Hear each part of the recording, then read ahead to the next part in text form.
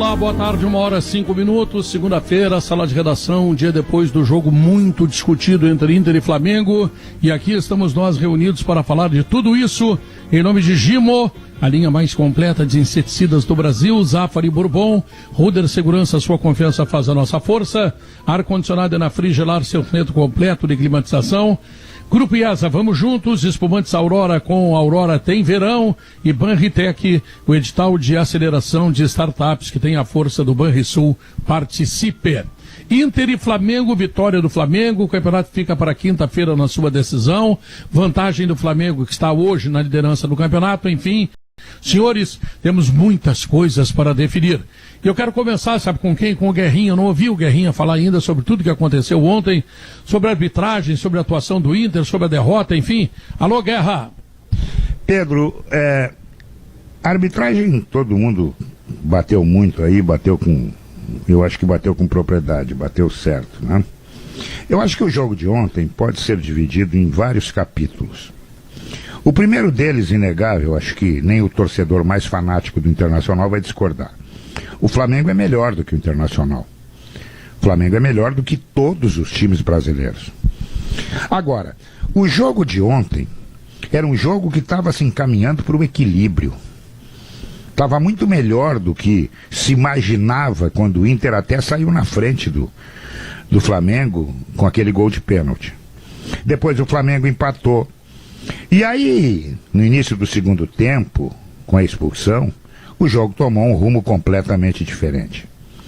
O Flamengo passou a buscar o gol da vitória e o Inter, como não poderia deixar de ser, tentou se defender, tentou manter a igualdade para continuar com a vantagem que tinha na tabela. Claro que passou o resultado pela arbitragem. Eu não tenho nenhuma dúvida disso.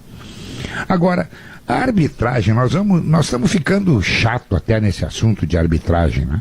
Porque cada rodada acontecem coisas que a gente não imagina. Por que o VAR foi colocado? Para diminuir ou terminar com as dúvidas. Mas parece que a maioria dos árbitros brasileiros são gigolôs dos árbitros, do VAR. Eles estão com medo de apitar. Nós tivemos, semana passada, e eu vou voltar, porque é um caso igual, um pênalti marcado contra o Internacional, aonde o Cuesta foi penalizado com cartão amarelo. Eu não acho que não foi pênalti, tem gente que acha que foi, eu não entro nesse detalhe. O árbitro marcou o pênalti, certo? Cartão amarelo pro Cuesta. Ontem o árbitro marcou o pênalti pro Internacional contra o Flamengo, e o jogador do Flamengo que está pendurado não levou o cartão. Então são essas coisas que a gente não consegue entender. Não dá para entender. Ah, mas o VAR chamou no lance da expulsão porque sentiu que houve o problema e que tinha que aplicar um cartão. Eu até acho que tinha, o amarelo. Eu te ouvi ontem e te dou inteira razão. A bola estava com o Rodinei. O Rodinei não entrou no Felipe Luiz para arrebentar o Felipe Luiz. Não, ele entrou para disputar a bola. Ah, olha que ia dar amarelo. Perfeito, tudo bem, não tem problema nenhum. Pode até dar, pelo que ele viu, na câmera lenta, porque no lance normal, aquilo é quase que não dá para notar. Mas acontece, tudo bem. Então, eu acho que os critérios estão errados, Pedro. Não é porque o Internacional perdeu, não é porque o Flamengo é o favorito para ganhar o título. O Flamengo é o melhor time brasileiro. Agora, ontem o jogo ia sair faísca 11 contra 11, como saiu faísca no final, 10 contra 11. O Flamengo terminou o jogo com a língua de fora. 10 contra 9, né, Guerra? Por causa do Denilson, né, que você conseguiu jogar. Isso aí. Com a língua de fora, se defendendo, pedindo o fim do jogo. No Maracanã, hein? Não vai pensar que foi aqui no Alim Pedro. Não, foi no Maracanã. Então, eu acho que está muito na mão do Flamengo. Mas a cobra não está morta, Pedro. Não está morta. A cobra não está morta. Vai por mim. Coimbra, eu vejo que o maior problema, só para encerrar, sim, é o Inter ganhar do Corinthians. Olha só que loucura. Será? Eu acho que é o maior problema. Por quê? Porque é complicado jogar com essa mochila nas costas. O São Paulo, mental, né? o São Paulo O São Paulo deve estar pensando assim, pô, nós vamos deixar o Rogério Ceni vir fazer festa na nossa casa.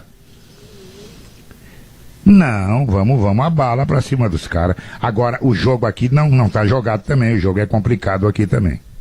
Pois é, Davi, eu ouvi tu fazer referências à situação do Flamengo e toda esta dificuldade que tem o Flamengo de ganhar qualquer jogo, como foi ontem contra 10 ou 9 jogadores do Inter. A partir daí, a esperança? Sim, o Flamengo me pareceu, primeiro, um time lento, né? Ao contrário do time do Jorge Jesus, é um time lento. Ele demora naquela passagem da defesa para o ataque, se enrola às vezes, ele parece sem coordenação, né? O Rogério Ceni não está fazendo um bom trabalho no Flamengo, não está mesmo, com esses grandes jogadores que tem, e mesmo assim ele comete erros, às vezes. Ontem no jogo ele cometeu o erro, botar o Everton Ribeiro para a lateral direita. Aquilo ali foi um disparate quase que ele cometeu, né? Apesar de o Pedro ter que entrar, tanto que demonstrou seu valor, é um grande centroavante, um grande atacante, né? Mas não da forma como ele mexeu. Então o Flamengo parece um time sem sangue. Eu não tenho certeza não se o Flamengo ganha do São Paulo, não tenho mesmo. Eu concordo com o Guerrinha, também não tenho certeza se o Inter ganha do Corinthians. Também tem isso, porque não que o Inter seja pior do que o Corinthians, não é isso. É que o Inter tem um pouco mais de dificuldade para propor o jogo, para atacar o adversário.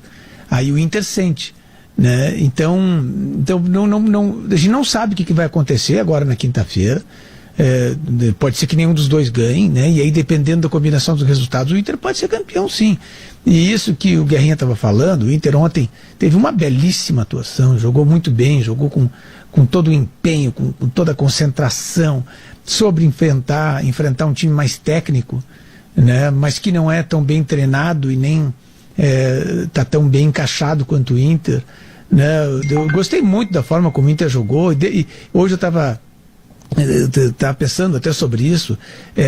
Mostra o modelo do Inter, mostra como um time forte, um time que se desloca, um time veloz, ele consegue até superar certas deficiências técnicas, né? O Inter não é um time de virtuosos, mas ele consegue superar com seu tripé de meio campo, de marcadores, com dois laterais fortes e que vão para cima. Quarteto de meio de campo, Davi. Quarteto de meio de campo, porque o Praxedes também é volante, Pedro, tu tem razão.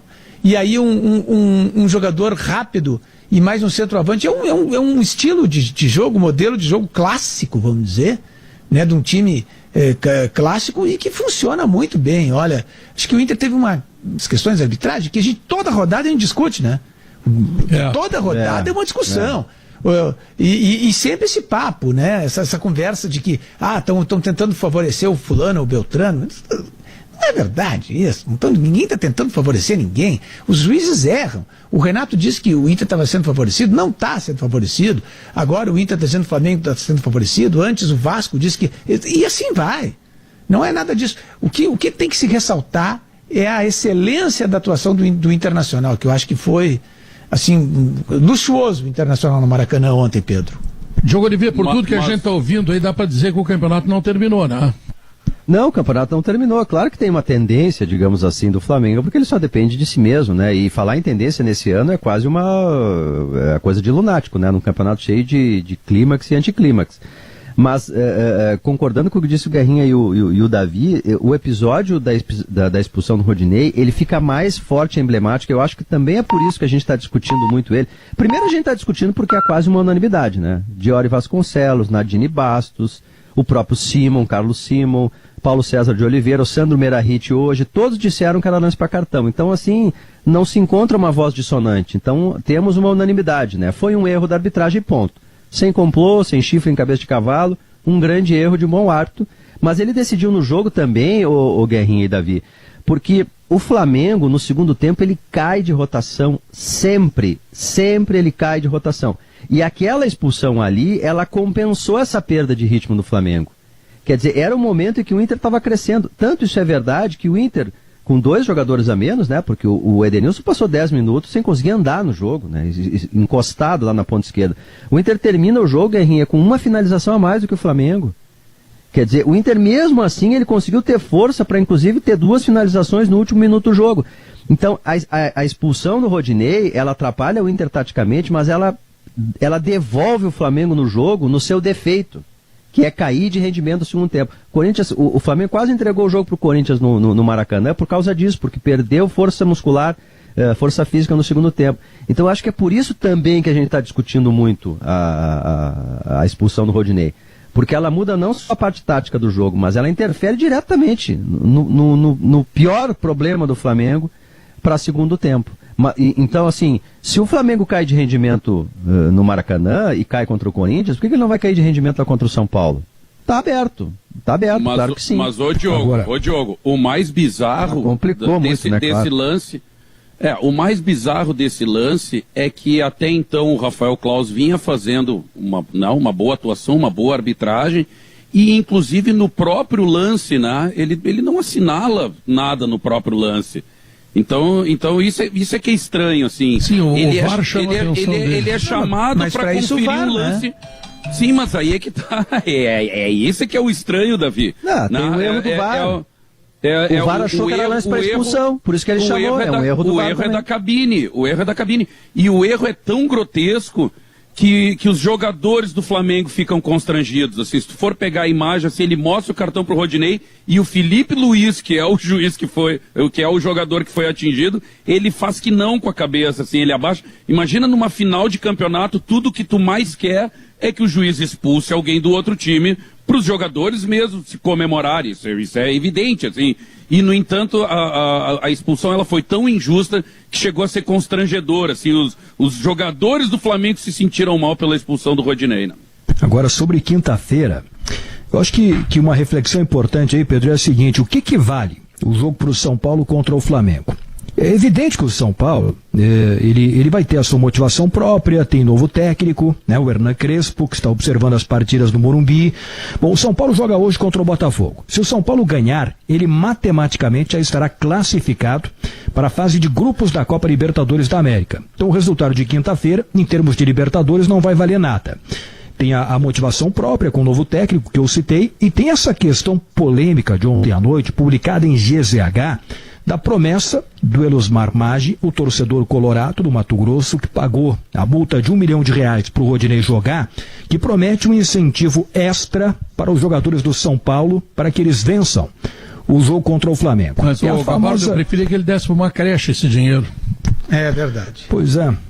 Mas aí, Gabardo, esse cara está querendo aparecer. Ele pode fazer isso mesmo. Não, o cara está querendo aparecer. Ele está querendo aparecer. O cara quer aparecer. Dele, ele bota onde quer, mas ele está querendo aparecer. Dá para fazer, se ele for dar 4 milhões... Dá pro Pato Seron.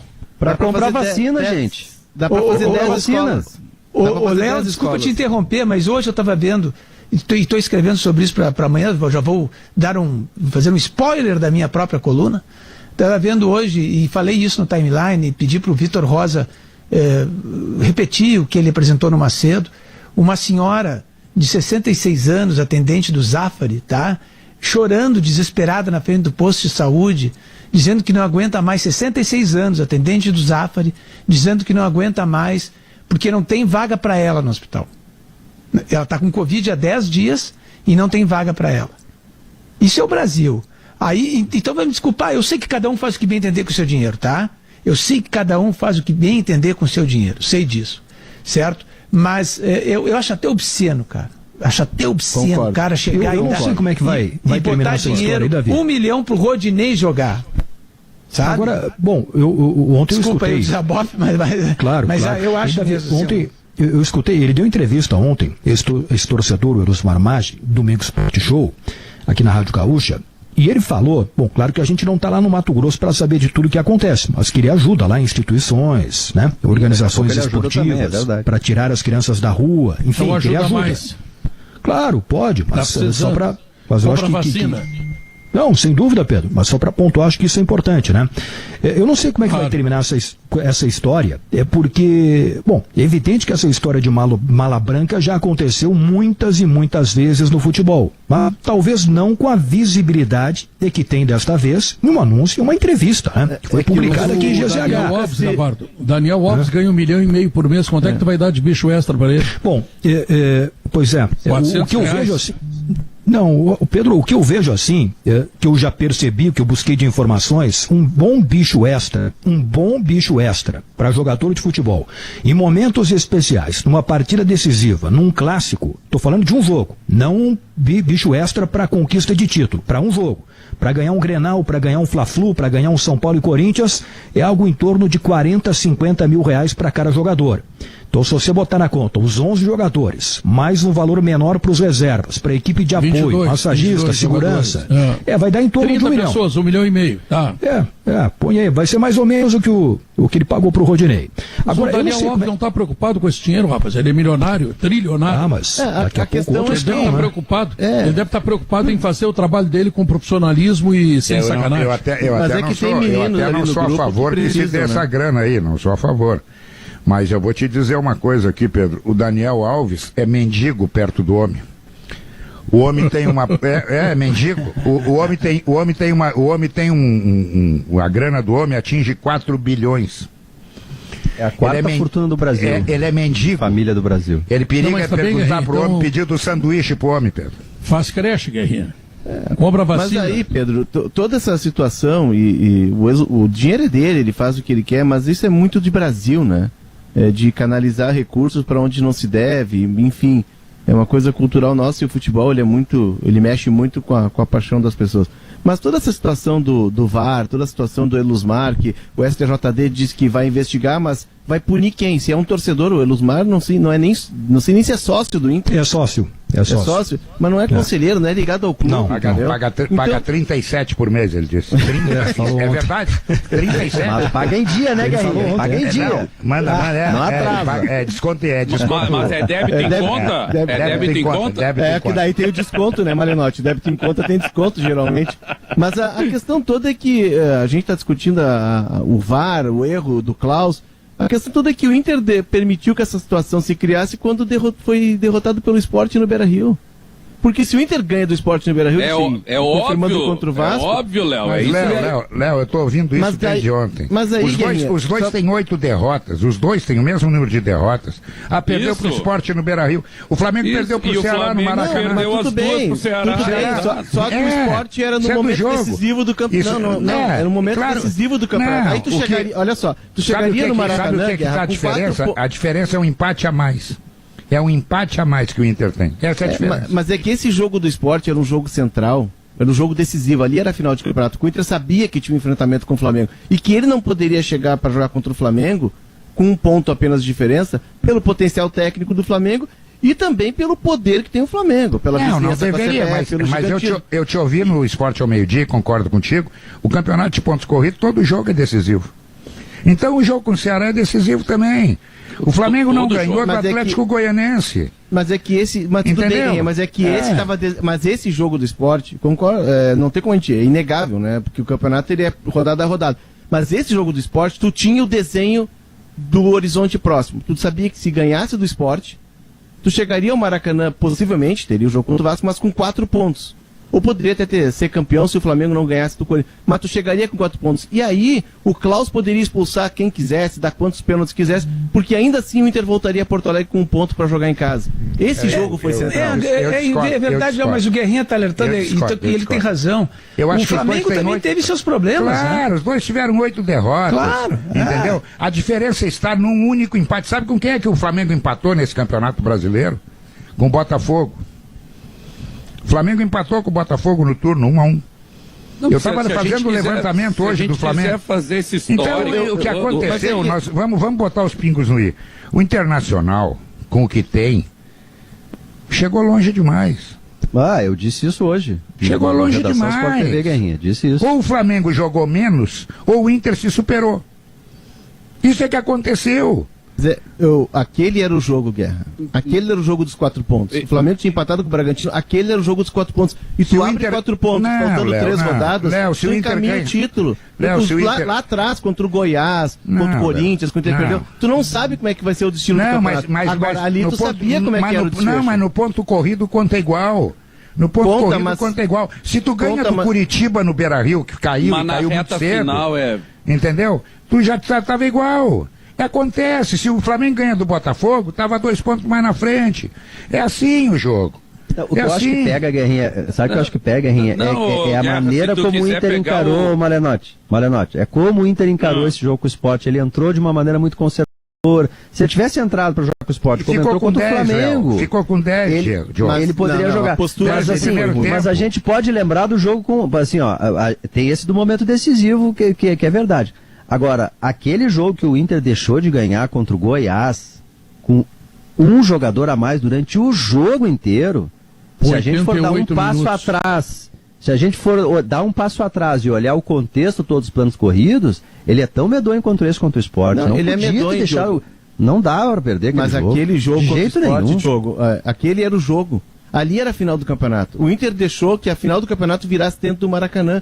Ali contra o Sport. E eu não vi naquele jogo uma postura de final. De entrar para resolver, para decidir como o Inter entrou. Jogou com 10. Mas Guerra jogou com 10 a partir dos 25 minutos. Mas o primeiro momento do Inter. É pior que jogar com 10 aos 3 do segundo. Né? O Inter fez gol contra o Vasco no começo do jogo, porque entrou com os dentes grilhados e entrou pressionando, entrou empurrando o Vasco para dentro do gol. O Inter fez isso contra o Flamengo numa postura até surpreendente. A gente imaginou que o Inter fosse ser cauteloso. O Inter marcou lá na frente. E contra o Sport, não. Ali é o jogo para isso tudo está no pacote do brasileiro. Acontece. Claro. Acontece, está no pacote. O Goiás foi assim, né? Inter e Goiás. O Inter com tá a mais durante todo o jogo. O Internacional, quer ver um jogo aqui que eu vou te dar emblemático também?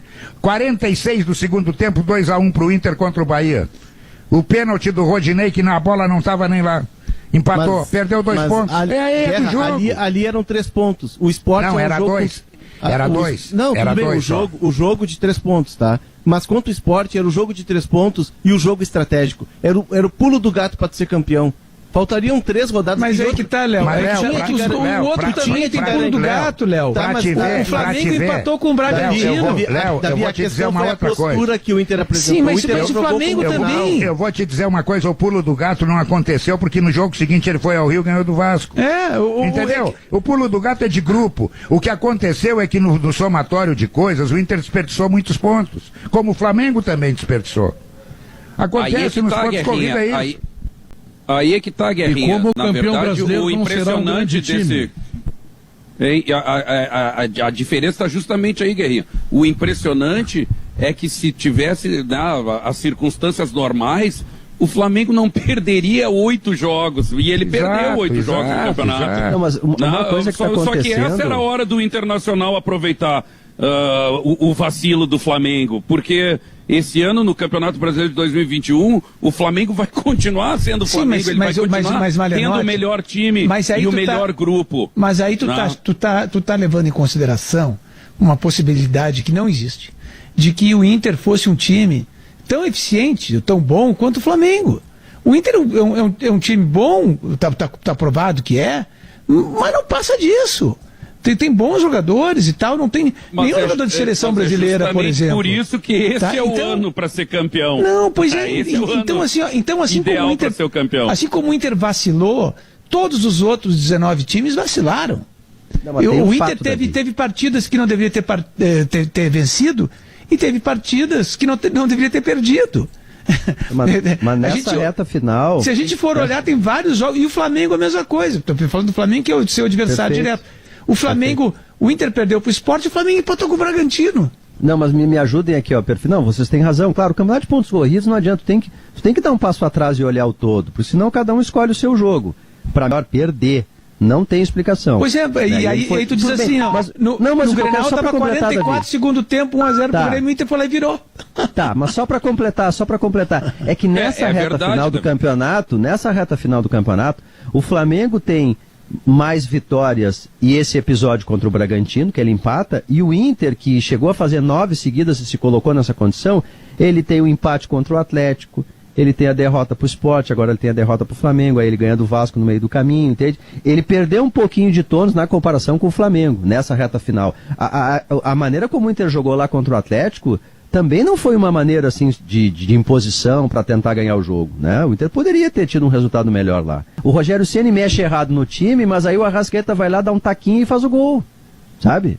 Aí é que tá, Diogo, eu usei essa metáfora durante alguns programas, né, dizendo, olha, o Flamengo é a Ferrari, a gente está numa corrida onde tem uma Ferrari, Então não pode deixar a Ferrari encostar, não pode deixar nada.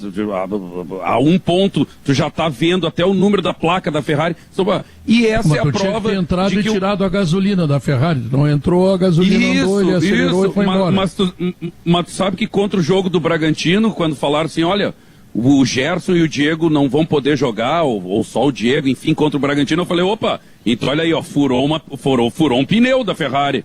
E, no entanto, com o pneu furado, eles empataram com o Bragantino. Ontem tinha outro furado, Maranotti. O zagueiro, que entrou falhou de novo numa partida importante. Era água na gasolina, na gasolina da Ferrari. Mas olha só, para tu ver que uma Ferrari... Olha só, Pedro, mas para tu ver como é o poder de uma Ferrari, até um motorista ruim consegue fazer uma Ferrari andar direitinho, né? Mas porque quem não falha... o piloto da Ferrari é um horror, né? O Rogério Ceni treinando esse time é um horror. E ainda assim é uma Ferrari, né? Então quem não falha é o pessoal... esse, né? Tá, vai parar de falar, cara? Obrigado. Só quando tu mandar. Isso, tá. Quem não falha é o Dá pessoal um programa do Objetivo... pra esse rapaz. A hora do Malenotti. Objetivo Administradora, lá o pessoal não falha no condomínio, tá? Porque são 23 anos, empresa especializada no que faz, que tem lá em Novo Hamburgo, nasceu lá, veio para São Leopoldo, chegou em Porto Alegre. Então, olha aqui, ó. Acesse objetivacondomínio.com.br, solicite sua proposta lá pro Luizinho, que você vai ter, olha, uma gestão de condomínio muito melhor que a gestão do Klaus ontem na partida. Chegou o Gimo Álcool 70 Aerosol, a proteção do álcool aliada à praticidade do aerosol, Gimo, qualidade comprovada. No verão os dias são mais longos, a cidade fica mais calma, as ruas mais tranquilas, verão é para relaxar, passe no Zafari para aproveitar o Zafari Bourbon, economizar é comprar bem. E a Ruder, hein? A Ruder manda dizer o seguinte, ele é top executivo, top of mind. É a marca de segurança escolhida pelos gaúchos e pelos maiores empresários desse estado. Vamos ao intervalo comercial, voltamos em seguida. Esse é o Sala de Redação. 1h36, procurando um ar-condicionado econômico. Conheça o split inverter da Springer Midea que você encontra na Frigelar, porque quem entende de ar-condicionado escolhe a Springer Midea Frigelar. Grupo IES apresenta Operação Verão, Nissan Kicks, com preço de 2020 até 100% da FIP no seu usado. É a super queima de estoque, é só na IESA Nissan. Agora verão tem que ter sol para bronzear, piscina para refrescar. Mas não esqueça, beba com moderação. Um dos nossos queridos ouvintes do programa, André Arnett, e essa é a questão que eu quero colocar, ele lembra o seguinte, o Inter chegou mais longe do que ele, como torcedor do Inter, imaginava, mas o Inter termina esta temporada, campeão ou não, isso saberemos na quinta-feira, com um grupo de jogadores formados, com jogadores que estão sendo formados pela base que ontem estavam às pencas lá no Maracanã, ou seja, o Inter tem toda uma expectativa muito melhor para não perder para o Goiás, para não perder para o Sport, né? Para tentar resolver seus problemas financeiros, provavelmente não vai precisar contratar jogadores porque tem soluções dentro de casa.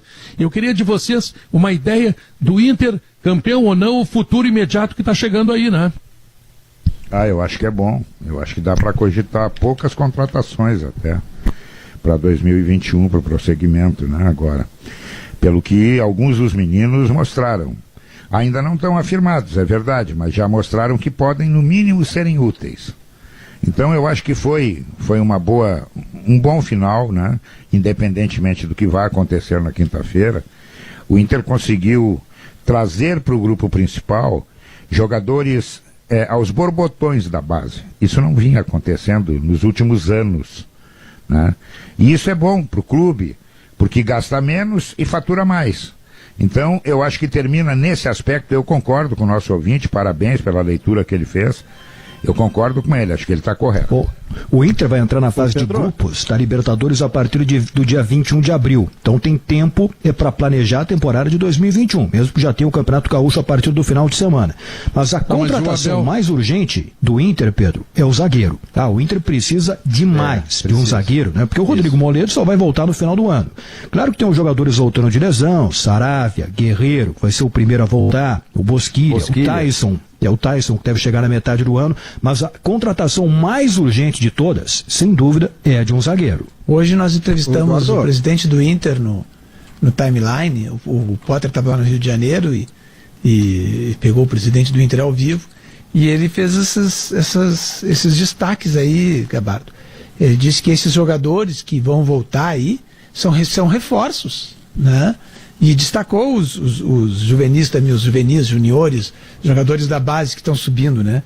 Então ele disse que o Inter já tem, digamos assim, uma estrutura já para enfrentar a próxima temporada. O Inter tem bons jogadores, Davi, que ainda não foram lançados. Por exemplo, o Rodinei possivelmente vai ser devolvido ao Flamengo, afinal do contrato, ele custa 4 milhões de euros. Mas o Inter tem o Saravia voltando, tem o Heitor, tem o Mazetti e tem um jogador chamado Vinícius Tobias, que tem 17 anos, é da seleção sub-17, ele já está treinando com os profissionais, ou seja, isso só na lateral direita. Tem o Léo Borges, lateral esquerdo, tem Pedro Henrique, Carlos Eduardo, tem uma meninada subindo. Oi, Maurício. Deixa eu até aproveitar o gancho que você estava com a palavra. Eu não quero requentar a discussão, ela já acabou antes do intervalo, mas eu quero só aliar a minha assinatura, até porque tenho defendido isso já há algum tempo e o Léo estava defendendo no programa, aliar a minha assinatura do Léo de que sim, se o Internacional perder o Campeonato Brasileiro, não terá perdido contra o Flamengo, terá perdido contra o Sport, quando deixou de abrir 4 pontos sobre um time que lhe era francamente superior, e aí fica ao alcance deste time no Maracanã. Mas não é para requentar, é só para assinar lá do lado do Léo desta vez, que não é sempre que acontece. E aí é concordar... A Aliança do Bem voltou, Maurício. E aí, Léo, concordar com... Oi. Pois não, desculpa, Diogo. Aproveitar, né, Maurício? Dessa vez eu assino com o Léo ponta a ponta. Deixa eu te fazer uma pergunta, Maurício. Se o Flamengo perdeu o campeonato, pode dizer que foi o Ceará que tirou 6 pontos dele? Não, terá sido o São Paulo. Terá sido o São Paulo porque a questão é o contexto, Guerra. No contexto em que o Inter perde para o Sport, então era a sua hora de afirmação. Então vamos esquecer todas as rodadas que passaram, vamos só para as duas últimas. Não, desculpa, Guerra. São Paulo. Não, é contexto. Guerra, você não pode desconsiderar o contexto de cada jogo. O contexto do jogo com o Sport era diferente do Goiás. Não, no campeonato de pontos corridos, todo jogo é decisivo do primeiro ao último. Mas todo jogo tem contexto, Guerrinha. Todo jogo tem contexto. Não, a prova que não teve o contexto, que o Inter saiu dali, foi pro Vasco e ganhou fora de casa. Mas aí não eram 4 pontos, Guerra, já era um só. Não, mas abalou o quê? Perdeu um jogo, perdeu. Mas não é um jogo, é para um dos piores times do campeonato, de um dos piores ataques do campeonato. Sim, tá, e o que é que tu me diz do Ceará? O Ceará é um time que está na Sul-Americana. Na Sul-Americana, tomou 6 pontos do Flamengo. O que é que tu me diz do Botafogo? O Botafogo é o problema. Se o Flamengo não ganhar o título, ele vai lembrar com muita dor desse resultado. E não ganhou, empatou 1-1. Então a somatória é um combo. Mas lembraram aí, o Internacional ganhou um Grenal aos 44 do segundo tempo. Estava perdendo 3 pontos. Mas ganhou 3. Entendi. O que eu estou tentando lembrar a você, e a discussão é ótima, eu até não queria requentá-la, mas vamos lá, porque ela é muito boa. O que me parece é o seguinte... conseguisse, né? Pois é, desculpa, Pedro, mas o que eu quero lembrar é o seguinte, cada jogo vale os 3 pontos matematicamente, e o Davi e o Guerra disseram isso com toda a razão. Isso não é nem opinião, isso é fato. Matemática a gente não discute, viu, Maurício? A gente aprova que 3 mais 3 é 6. Serão 6 e depois 3 serão 9 e tudo. O que eu estou colocando é o subjetivo de cada jogo. Cada jogo tem um contexto. E aí eu quero lembrar, por exemplo, que naquele momento em que o Internacional empata com o Atlético Paranaense, o resultado correspondente a isso é o Flamengo empatar com o Bragantino. Caberia ao Internacional, a partir daí, transformar a sua superioridade de 1 ponto sobre o Flamengo em 4, enfrentando um dos piores times do campeonato dentro do Beira-Rio. E o Internacional não fez isso. E aí o jogo correspondente a este que o Inter perde do Sport, Pedro, é o Flamengo com o Corinthians. E o Flamengo fez o que tinha que fazer. Logo, no contexto, o Flamengo passa a ser candidato como não era se tivesse 4 pontos atrás do Inter. Este é o problema daquele jogo especial, quando você perde para um time tão fraco como o Sport, de quem você tinha vencido no Recife por 5-3. Mas eu quero concordar com o Guerra, porque acabei de discordar dele, eu quero concordar com o Guerra sobre a base que o Internacional tem para abrir uma Libertadores 2021, o Gauchão 2021. Dentro do próprio grupo haverá reforços excelentes de nível de titularidade.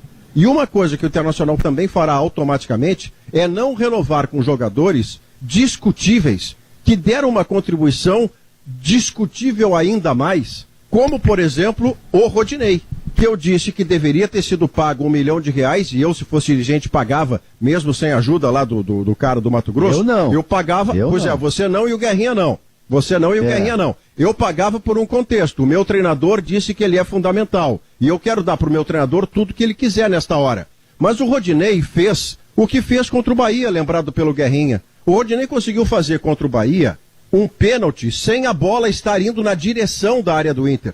Então há coisas que quando você tem um jogador desta qualidade no time, ele pode lhe comprometer. Como pode ele fazer algumas entregas excepcionais, mas é um jogador muito irregular para você contar como base. E aconteceu. Então você vai fazer um combo geral e vai ter muito problema para chegar ao título. Ainda dá, hein? Ainda dá porque o São Paulo não vai se contentar em ser apenas a sede de um matadouro. Aconteceu, Maurício, mas poderia ter sido diferente se aquela bola que ele chuta no final do primeiro tempo entra, é uma jogada individual dele.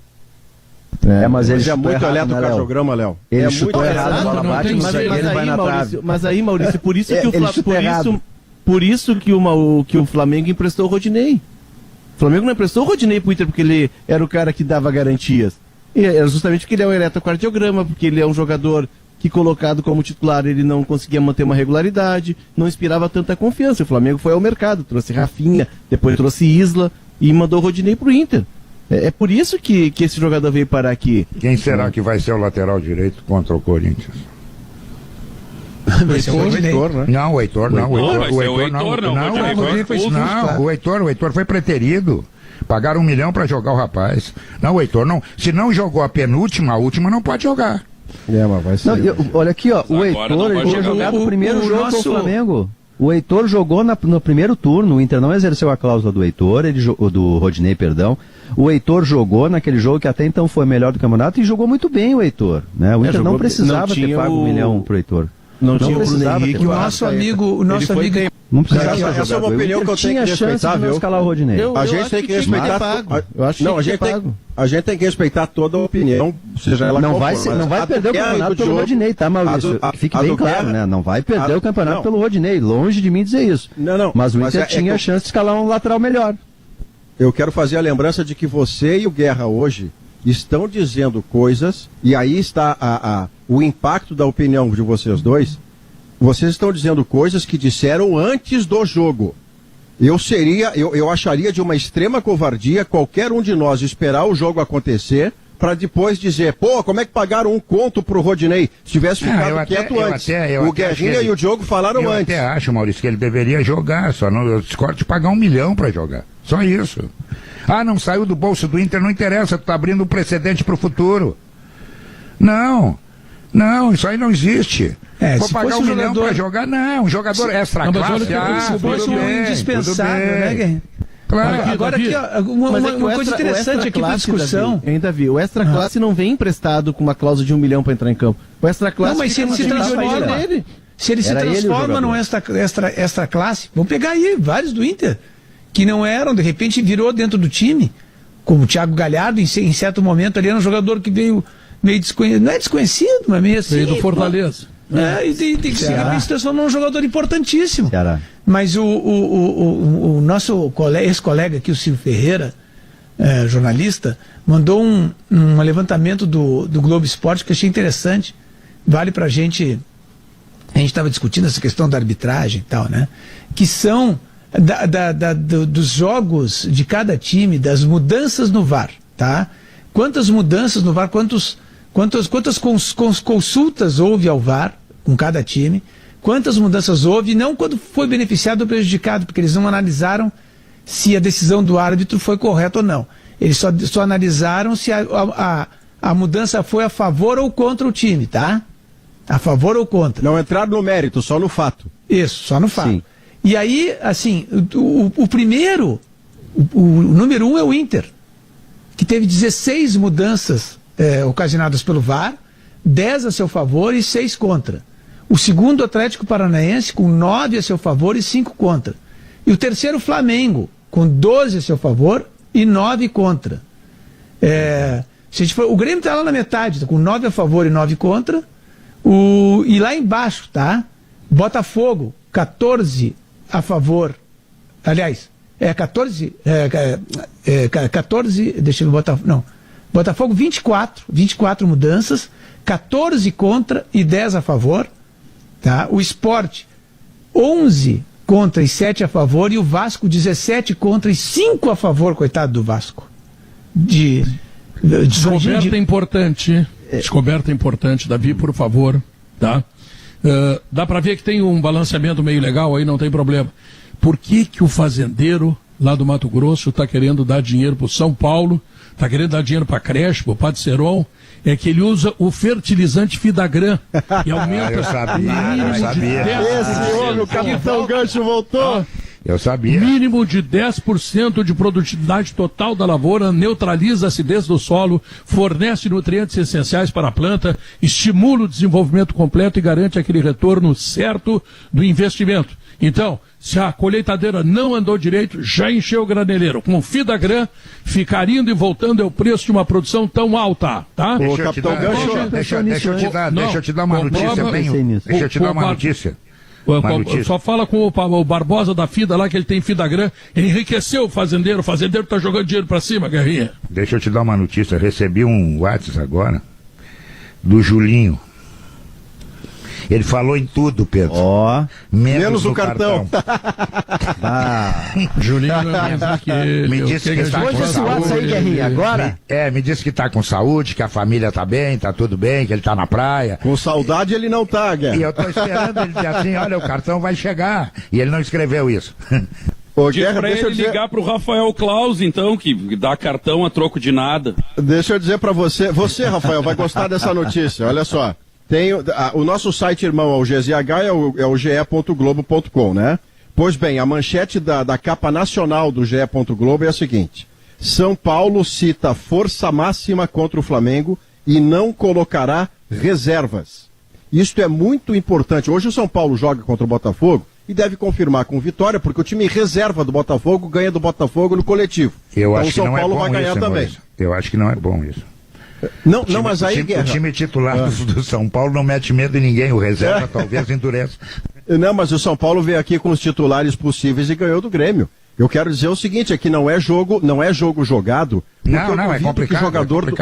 O jogador do São Paulo, Guerra, não vai gostar da ideia. E tem algumas coisas que o jogador se motiva, que não é só o prêmio e a taça no armário. O jogador se motiva em rachão.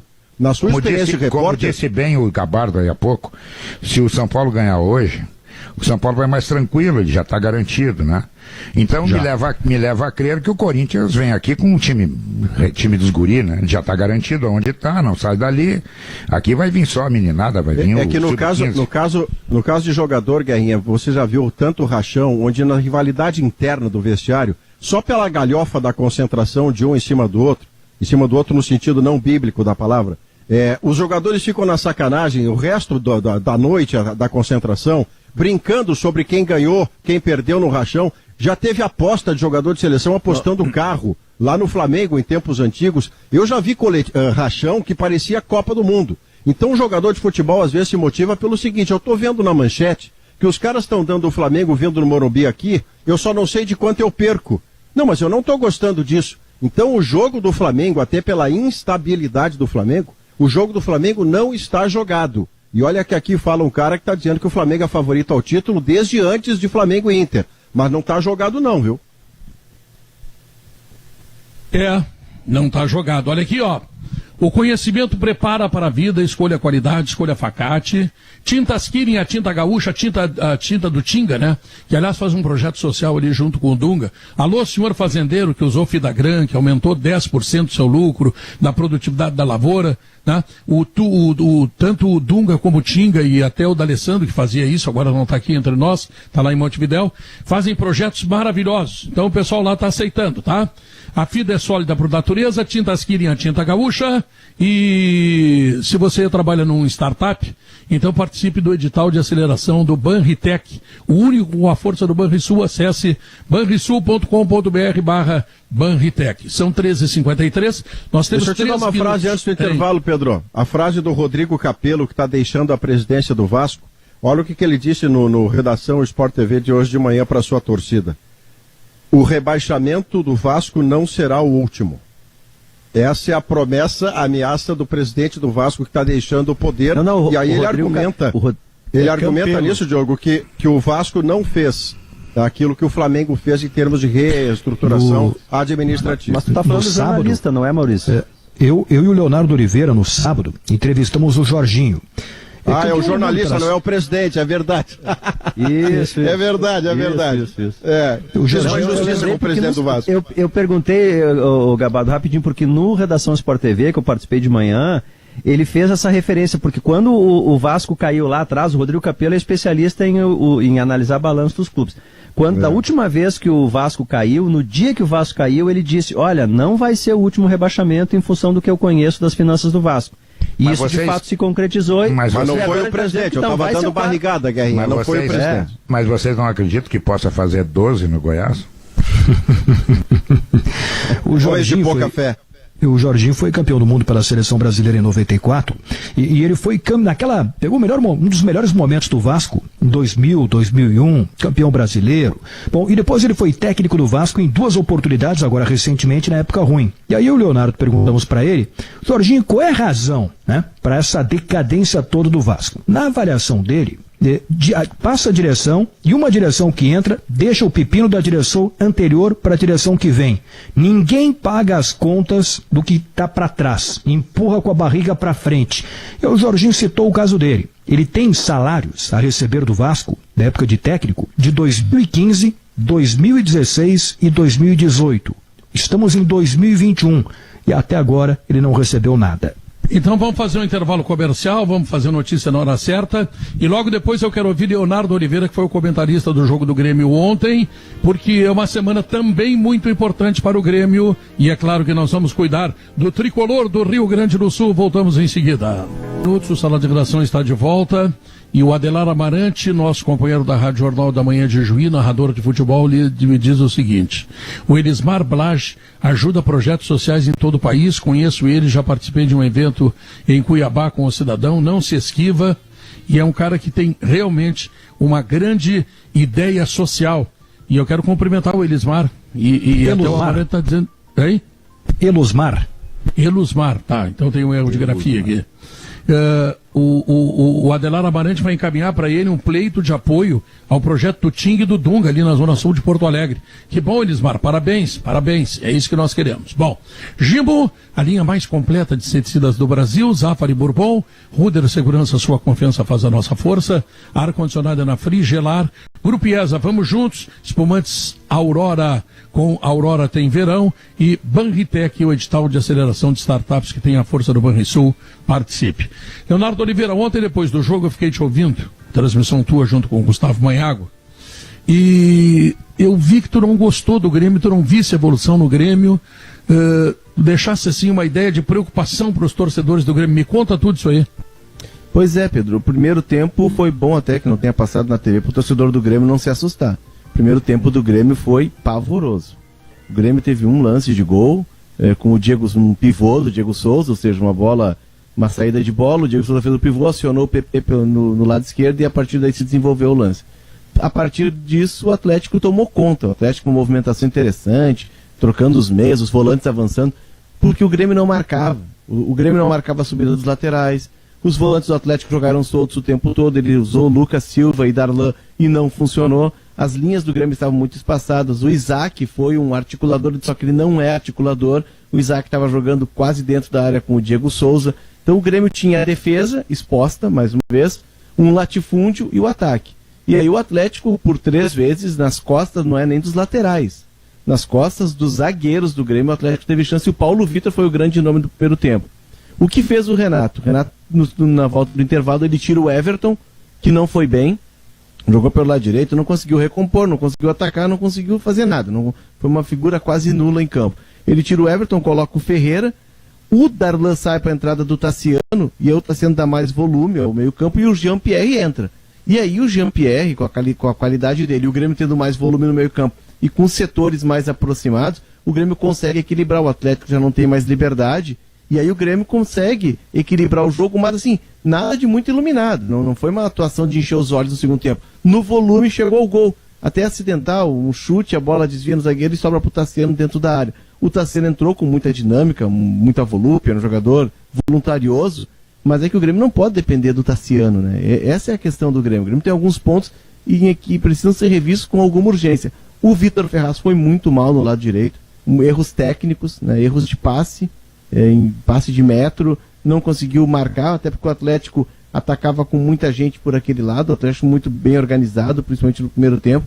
Então é um ponto de atenção o lado direito. E para ter uma ideia, o Grêmio termina o jogo com o David Braz, aquilo que se reivindicava que o Renato teria de ter feito no Grenal, em vez de colocar o Pinares, colocar o David Braz, sabendo que o Inter jogaria a bola na área. Como o Atlético entra com 2 centroavantes, o Kaiser e o Bissoli, o Grêmio coloca o David Braz e o Grêmio consegue sustentar o 1-0. Foi um resultado importante porque o Grêmio se garante na pré-Libertadores. Mas, Pedro, é uma atuação muito preocupante do Grêmio. O Diogo Barbosa não conseguiu avançar tanto. E vendo o jogo, Pedro, a gente tá... Foi a primeira vez que eu fui ao estádio desde que a gente está de home office, né, de quarentena. O PP, ele é um meia nesse time do Grêmio. E isso tira muito da potência do PP, porque o Grêmio não tem o campo aberto para acionar o PP no contra-ataque, que é o forte dele, e ele transita muito pelo meio, deixando o lado para o Diogo Barbosa, que ontem não conseguiu avançar. Enfim, o Renato vai precisar fazer alguns ajustes para encarar o Palmeiras. Guerrinha, dá para levar fé nesse Renato... Grêmio? Sim, Davi. Não, era uma pergunta, até eu já encaminho pro Guerrinha mesmo. Por que o Jean-Pierre ficou no banco, Guerrinha? Eu acho que ele quis dar um susto no Jean-Pierre, Guerrinha. Pois é, mas não adiantou nada, deu um susto no Grêmio, né? Porque o primeiro tempo foi horrível, Guerrinha. Enquanto tu não tiver um que jogue mais do que ele, né? Eu acho que ele tem que ser o titular, né? Esse é o ponto. Eu não vi o jogo também, porque esse negócio do Atlético Paranaense não entendeu? Não deixar passar em lugar nenhum, né? É tudo sinal de fumaça. É ruim, só a gente não vendo, não que eu não confie no que falem, confio, mas eu gosto de ver. Mas eu também estava ouvindo aí vocês, e vocês dizendo que o Grêmio estava abaixo do que tem que ser. O Grêmio tem que melhorar, Pedro. O Grêmio tem que melhorar. Pois é. Isso é verdade. Eu acho que a entrada do Isaac foi para tentar observar uma outra solução, né? uma alternativa ao Jean-Pierre. Mas o Jean-Pierre ele joga muito longe do gol, e aí que é o problema de ajuste do Grêmio, o problema de mecânica. Teve um lance que até acaba num chute do Jean-Pierre que foi muito curioso. O Jean-Pierre vai quase na pequena área para dar a saída de bola num passe do Paulo Vitor. Como o Atlético marca, é dado o chutão, o lance se desenrola. Eu fico acompanhando o Jean-Pierre. Ele corre o campo inteiro. Gente, o Jean-Pierre é o meia, é o cara que arremata, é o cara que tem que pifar os companheiros. Ele está correndo o campo inteiro. Quando ele chega na intermediária, o PP recua a bola para ele e ele enquadra o corpo e dá um chute bonito de curva e o goleiro do Atlético, o Santos, faz uma defesa. Mas o Jean-Pierre estava lá na pequena área dando saída de bola. Esse é o problema de mecânica do Grêmio. O problema não é o Jean-Pierre, o problema é o time do Grêmio, exato, cujo desempenho de 17 empates ao longo do Campeonato Brasileiro. O Grêmio tem menos derrota, me lembrou o Dr. Mauro Vaz, tem menos derrotas do que o Flamengo. O Flamengo tem 8, o Grêmio tem 6. Mas o Grêmio empatou 17 vezes. 17 vezes. Agora, que time é esse do Grêmio que domingo entra para jogar contra o Palmeiras? E se não é tudo isso, se não foi bem lá no Campeonato Mundial, é um time de bons jogadores e é um time que tem qualidade, é campeão da Libertadores. Né? Eu passei muito tempo acreditando, por exemplo, Pedro, que o Renato não cogitaria para uma final de campeonato só de 2 jogos trocar de goleiro. Eu já não tenho essa convicção. Não, tá de sacanagem. O Agora Paulo tá de Vitor... sacanagem. Não, eu não imaginei que ele fizesse isso, porque goleiro, quando você vai fazer uma troca dessas, você está fazendo uma troca que é muito grave para o time. E grave para quem entra. Quem está entrando, Davi? Deixa eu só terminar para você depois poder me descascar. Quem está entrando, entra com 2 pianos nas suas costas. Ele entra proibido de errar. Ele entra proibido de errar. Agora fica à vontade, Davi. Não. Tá de sacanagem. Só pode estar de sacanagem. Tô não. O Paulo Vitor, que até nesses jogos do Brasileirão monótono, modorrento, de meio de Brasileirão, pode ser titular. Em jogo decisivo, não. Ele tremeu nas decisões que ele enfrentou. Ele tremeu contra o Palmeiras no ano passado, tremeu contra o Flamengo. Esse problema do Paulo Vitor, que a gente está vendo, sabe, eu até acho que ele tecnicamente não é um goleiro ruim nem nada. Garantia. Mas ele é o contrário, nas decisões ele demonstrou que ele tem problemas. Então não, Paulo Vitor não. Fica o Vanderlei. Se é o Vanderlei que tem paciência, deixa o Vanderlei. Agora, as mudanças que o Grêmio tem que fazer são outras. Do goleiro, o Vanderlei é o que tem ali. Tá? Agora tem outras mudanças que o Grêmio tem que fazer. O Grêmio tem que cuidar o lateral direito, que realmente está numa crise técnica séria.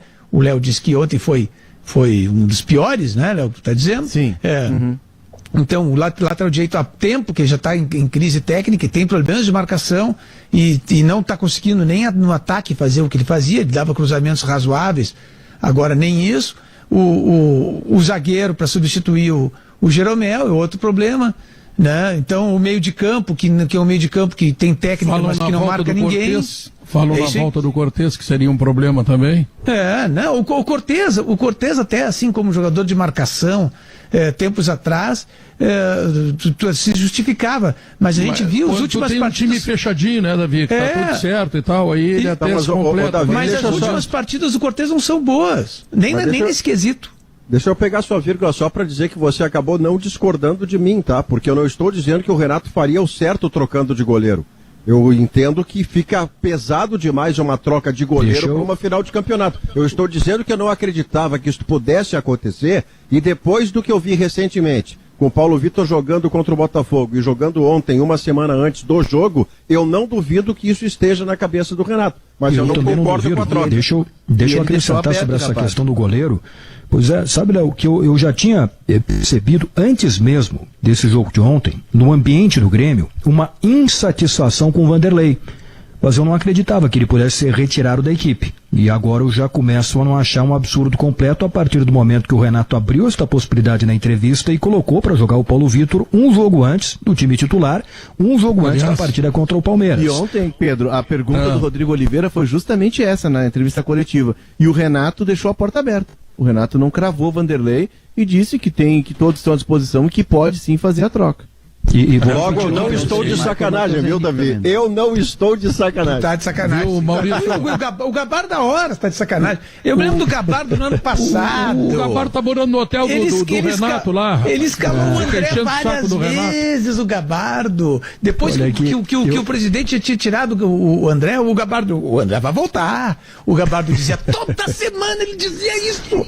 O André vai voltar. Ele mora do lado ele mora no apartamento do lado do Renato lá no hotel. Ele enchendo o saco lá.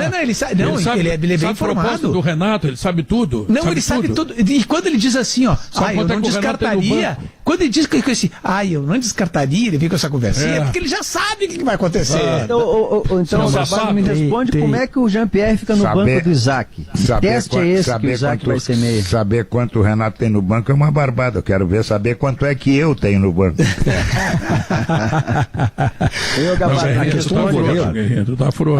A questão do goleiro é a seguinte, eu não sei como é que o Grêmio vai fazer isso, vai fazer esse planejamento para 2021, porque o Vanderlei tem contrato até o final de 2021 com cláusula de renovação por mais um ano. O Vanderlei está com 37 anos. Paulo Vitor tem contrato até 2022. Para todos nós. Mas logo ali adiante tem Gauchão, tem Libertadores, tem Copa do Brasil, tem Campeonato Brasileiro. Quem é que vai chegar melhor quando virar a página, quando terminar a temporada de 2020 e iniciarmos efetivamente de 2021?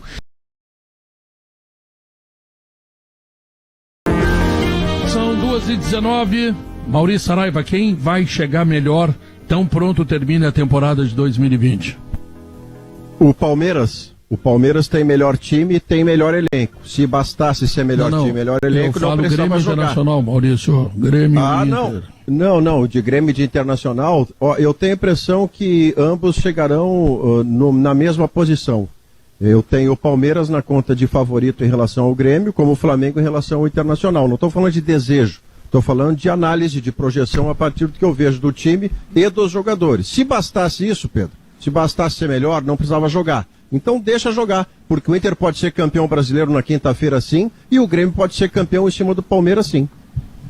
Eu acho que um detalhe importante aí, Pedro. Eu acho os dois, Guerrinha, podem ter 2 novos técnicos, né, para 2021. Isso. O Inter certamente, o Grêmio talvez. Eu acho que a questão de ser campeão ou não mexe também com o planejamento para 2021. Mas em termos de qualidade de grupo assim, eu vejo o mesmo nível.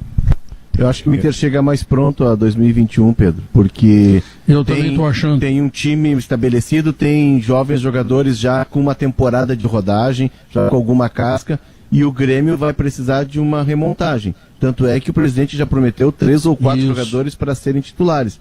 Né? E possivelmente vai ter um novo técnico, ou seja, um novo trabalho, e isso implica também numa reestruturação do departamento de futebol. Em comparação. Eu acho que depende muito, Pedro, O Grêmio tem a chance agora de voltar a ocupar uma posição lá em cima, dependendo do que acontecer na Copa do Brasil. Se o Grêmio perder a Copa do Brasil, eu acho que aí complica muito pro lado do Grêmio. O Grêmio vai ter que remontar tudo, porque aquele modelo que vinha dando muito certo, aquele sumiu, faz muito tempo que sumiu. E aí vai precisar fazer um time novo, de uma forma nova de jogar, para tentar escalar de novo degraus, para tentar chegar onde andou. Então eu acho que, apesar de não ser uma maravilha, apesar de não ser um espetáculo, a última bolacha do pacote, o Inter termina a temporada melhor do que o Grêmio e, evidentemente, começa melhor do que o Grêmio, dependendo do que acontecer na Copa do Brasil. Não tem nem comparação. O Grêmio, mesmo que vença a Copa do Brasil, vai ter que reformular todo o seu time e até seu grupo de jogadores. Mas do que nós estamos falando agora mesmo, goleiro, não tem nenhum dos goleiros afirmado. Não existe assim, unanimidade ou certeza de nenhum dos goleiros. Lateral direito, a gente está falando que tem problema. Zagueiro, Jeromel joga só 50% das partidas. Os outros zagueiros, os que lhe substituem, não tem condições. Lateral esquerdo, se fala até na volta de Cortez. Meio campo não marca. Lucas Silva, Darlan, Jean-Pierre vai voltar a jogar ou não vai voltar a jogar. Tem o Mateus.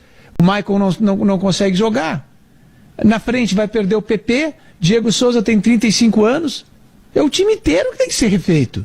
O time inteiro. O Grêmio tem para começar a temporada de titular ali, Kahneman, tudo bem, ele com 35 anos, e talvez o Ferreira. E o Ferreira. E o resto tem que mudar, vai mudar tudo.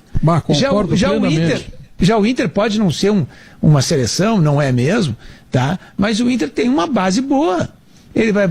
O Tyson vai chegar no meio do ano. Vão voltar esses jogadores que estão lesionados. Tem 4 jogadores importantes voltando. Não tem nem comparação entre um e outro. E tem uma gurizada que já está com rodagem, né? Ou seja, não se assustam mais com jogos grandes contra Flamengo, contra Corinthians, São Paulo. Já estão prontos para começar a pavimentar a afirmação deles. Primeiro ano é aquele ano de conhecimento, de garantir um lugar. Agora não. E agora vem o show, né? Eu acho um erro pode testar outros que estão na fila.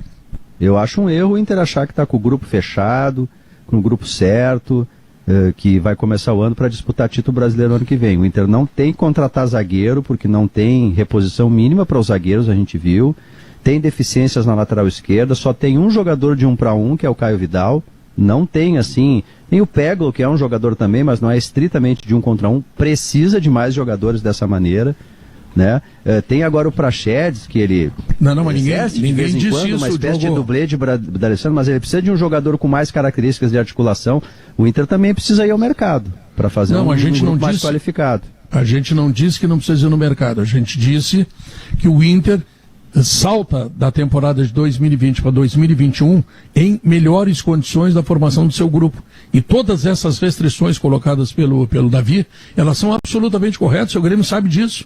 O Grêmio sabe disso. E o Inter, ao contrário, o Inter tem soluções chegando, não faz ainda um grande time maravilhoso, mas tem 4 jogadores importantes que estão voltando de lesão, tem a gurizada que está subindo e algum reforço, claro. Mas é que eu acho que essa é uma diferença importante. Não acho o Grêmio tão mal assim. Eu acho que essa é uma diferença importante. Os reforços do Inter já estão aí, né? Porque eles vão voltar de lesão. Sim. Os reforços do Grêmio a gente não sabe ainda quem serão, porque o Grêmio vai ter que buscar. Acho que essa é uma diferença importante. É que eles estão, Gabardo, em etapas diferentes do ciclo, do processo de formação. O Inter está montando esse time desde 17. Começou lá na Série B, o Edenilson chega para a Série B, né? O Cuesta chega para a Série B, o Patrick chegou um ano depois, e aí tu vai agregando. E o Grêmio me parece que ele já cumpriu esse ciclo e agora ele está precisando resetar. Começar uma nova etapa, com novos jogadores, com uma nova ideia de jogo. São momentos diferentes. E o Grêmio tem uma outra dificuldade. Enquanto não definir se o Renato fica ou não fica, principalmente se não fica, né? A direção está de mãos atadas. Por quê? Porque ela tem que esperar chegar o novo técnico e saber o que ele quer. Né? Qual é? Porque tu não vai trazer um jogador, daqui a pouco o técnico diz, pô, eu não queria esse cara aí, e aí? Então tem tudo isso, isso também atrasa o processo da reformulação. E no caso do Grêmio, é o problema do Inter também, que vai trocar de treinador, né? Mas o Inter não vai contratar, Pedro, o Inter não tem grana, o Inter só... O Inter vai trazer um ou outro jogador assim, olha, vai agulha no palheiro. O Inter vai buscar, o Inter vai buscar jogadores. Assim, né, O Inter vai buscar jogadores de lado, tá? Porque o esquema que o Miguel Ramírez usa requer jogadores de lado, o Inter não tem esses jogadores. Mas já vem outro treinador com esquema aí, não dá para ele fazer o esquema com os jogadores que tem lá. É que ele precisa ter uma ideia de jogo, e o Inter vai Não, mas tu buscar... faz uma ideia de jogo, o Abel tem uma ideia de jogo que está quase levando ele a ser campeão brasileiro. Exato. Sim, Mas no caso do Grêmio, Pedro, no caso do Grêmio, a troca do treinador não é só trocar um nome e, consequentemente, um modelo de jogo. O treinador que chegar, ele vai chegar para ocupar o peso de uma cratera enorme que restará de um sujeito que é estátua. Então, ele tem que ter muito ombro, ele tem que ter muita costa larga para chegar e fazer o seu jogo, fazer o seu jeito. Não tá certo, mas os sinais começam a indicar que pode... Porque hoje se falou muito do Cuca lá no Atlético, né? Tá bem forte essa informação, o Carlos Cereto deu no Redação Sport TV, então daqui a pouco essa vaga aí tá se fechando. Tem uma questão, Gabardo, só para não perder o gancho, que termina o Grêmio, se ele não ganhar a Copa do Brasil, ele joga domingo contra o Palmeiras, dia 5, né, Gabardo? Dia 5, dia 4, dia 7. E na quarta-feira, dia 10, ele já tem o jogo contra o Ayacucho, se ele não for a vaga direta, ou seja, ele já emenda... Não, mas o Ayacucho, esse tu põe o time da rádio aí que nós ganhamos dele. Se o Cole jogar... Mas eu tô fora. Aqui em Cusco lá, né? Viu? Eu tô fora. Não esquece da altitude, Pedro. De repente o cara, né? Tô com uma unha encravada, não conta comigo. Então não aguenta a altitude. A volta é em Cusco, né? 3.400 metros acima do nível do mar. Agora tem técnico estrangeiro chegando e saindo. 2.800. Olha, não, 13.400. Não, Cusco é 3.400. 3.400. Sim. Eu já fui lá, não senti altitude, como é que tem 3.400? Mas tu é Pedro Ernesto, Pedro. Tu era homem do beliche, Pedro. Não sentia altitude. Chega lá narrando gol e não falta o ar. Pedro chega lá narrando gol e não falta o ar. Não falta. Técnico estrangeiro chegando e técnico estrangeiro saindo. Santos anunciou oficialmente o Ariel Holan. E o Atlético Mineiro amanhã deve confirmar oficialmente a saída do Jorge Sampaoli, que está indo embora para o Olympique de Marseille. Que não fará falta alguma ao Atlético Mineiro, porque de um bom treinador virou um pirotécnico. E pirotécnico tem que fazer outra coisa, não treinar time de futebol. Quem está saindo são vocês todos, porque o programa está terminando e o alemão vem aí trazendo as informações e tem coisa muito importante se decidindo, tem muita preocupação. Quero chamar a atenção das pessoas para os cuidados, para o isolamento social. Quero chamar a atenção das pessoas que nós precisamos trabalhar. E eu não gostaria de ver o comércio fechado, eu gostaria de ver as pessoas tendo responsabilidade, porque os comércios abrem porque as pessoas precisam trabalhar, a gente tem que se movimentar, a economia tem que andar, mas nós não podemos, não devemos. É suicídio, é uma doença coletiva, nós fizemos mal a nós e àqueles que estão perto de nós. Então, alemão, eu sei que tu tem muita coisa para falar aí e eu quero te ouvir com atenção as manchetes, eu virei o programa